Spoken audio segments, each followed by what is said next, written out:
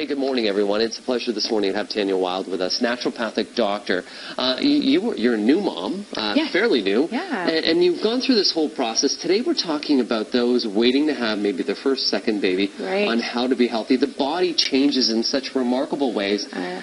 Where do we start? I think what's really important is you just really take care of yourself during pregnancy.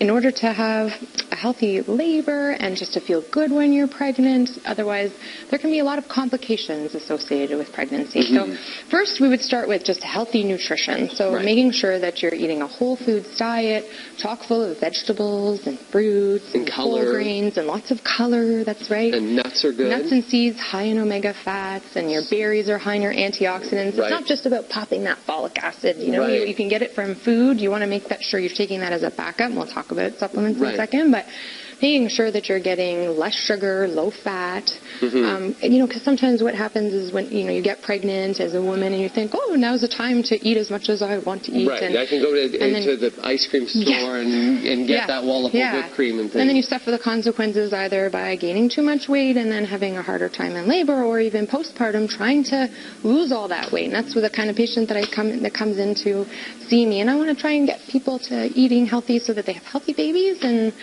make sure that it's easier in childbirth and easier to lose weight after. And it's individual as well. People will have food sensitivities, so there's certain foods they should avoid. Of course, for sure. So in some cases, in fact, not everybody will have food sensitivities, but what's important is actually to eat a variety of foods so you don't develop food sensitivities. Okay. And then sometimes hydration over here. Hydration. So a healthy little tip, instead of drinking juice, because that can increase your risk for gestational diabetes, or drinking too sugary drinks like pop, instead drink water, and you can just have fruit-infused water and add a couple of ginger tea bags, and you've got things to reduce nausea. You can drink your coconut water, almond milk if you have a sensitivity to dairy, but dairy is really good. I like this idea because it's really affordable. It's so affordable. Sometimes it's a little bit costly. It can be. That's true. Try and hook. And then this is, sure, this may be a little bit costly, but really high in healthy fats and coconut oil mixed with almond butter. You just blend it in the blender, and then you put in these little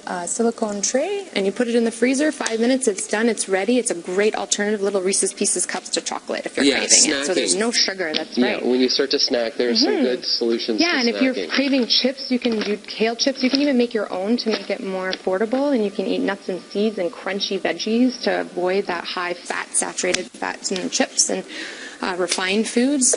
And then in terms of supplementation, if you're really craving or you're avoiding, I should say, having aversion to meat, you can do protein shakes in order to get enough protein. Calcium is important. Calcium is so important, definitely. So you can get it in your green leafies, you can get it in your almond milk, you can get it in your dairy. And then the other thing, you can definitely make sure you take a prenatal, regardless of how healthy you're eating, just for backup. It differentiates from a multi in that it has higher iodine, higher iron, higher folic acid. You want to take care of your thyroid and make sure you're having enough healthy nutrients, right? You're eating for 2, maybe 3, maybe more. Yes, that's right, like your friends, exactly. And omega-3 really helpful too for just baby's brain development and also postpartum to reduce depression. It's really helpful. So if people have questions, they can go and they can contact you at wildnaturalhealthteam.com. Yeah, for sure. Well, That's thank you very much. Thank you.